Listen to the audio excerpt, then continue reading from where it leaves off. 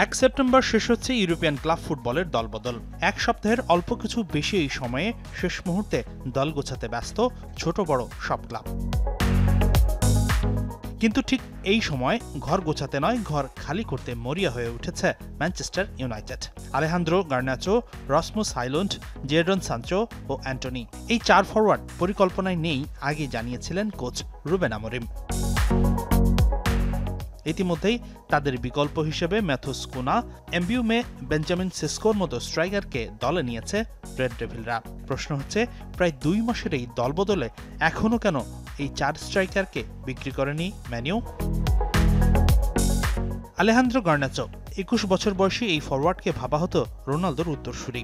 আমোরিমের পরিকল্পনায় ঠিকমতো মানিয়ে নিতে পারছেন না এই আর্জেন্টাইন। গার্নাচোকে পেতে আগ্রহী ছিল অ্যাটলেটিকো মাদ্রিদ আর চেলসি। তবে গার্নাচোর পছন্দ স্ট্যামফোর্ড ব্রিজ।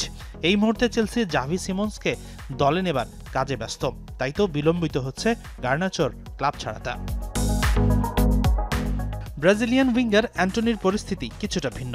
ধারে গত মৌসুমে স্প্যানিশ ক্লাব রিয়াল বেটিসে গিয়ে স্বরূপে ফিরেছেন। স্পেনে স্থায়ীভাবে যেতে চান অ্যান্টনি, কিন্তু বেটিসের সাথে ট্রান্সফার ফি নিয়ে মতৈক্যে পৌঁছাতে পারছে না ম্যান ইউ। সৌদি থেকে বড় অঙ্কের প্রস্তাব এলেও বেটিসের অপেক্ষায় এই ব্রাজিলিয়ান। 2023 সালে 72 মিলিয়ন পাউন্ড দিয়ে ইতালিয়ান ক্লাব আটালান্টা থেকে স্ট্রাইকার রাসমুস হয়লুন্ডকে কিনেছিল ম্যান ইউ, কিন্তু গত 2 মৌসুমে প্রত্যাশা মেটাতে না পারায় রোমার কাছে হয়লুন্ডকে বিক্রি করতে চায় ম্যান ইউ। কিন্তু হয়লুন্ড রোমায় যেতে রাজি নয়। শিরোপা যুদ্ধে থাকতে হয়লুন্ডের পছন্দ নাপোলি। আলোচনা শুরু হয়েছে 2 ক্লাবের। ম্যান ইউর সবচেয়ে বড় সমস্যা জেডন সানচো। রেড ডেভিলদের ক্লাবের সবচেয়ে বেশি বেতন পাওয়া ফুটবলারদের একজন এই ইংলিশ।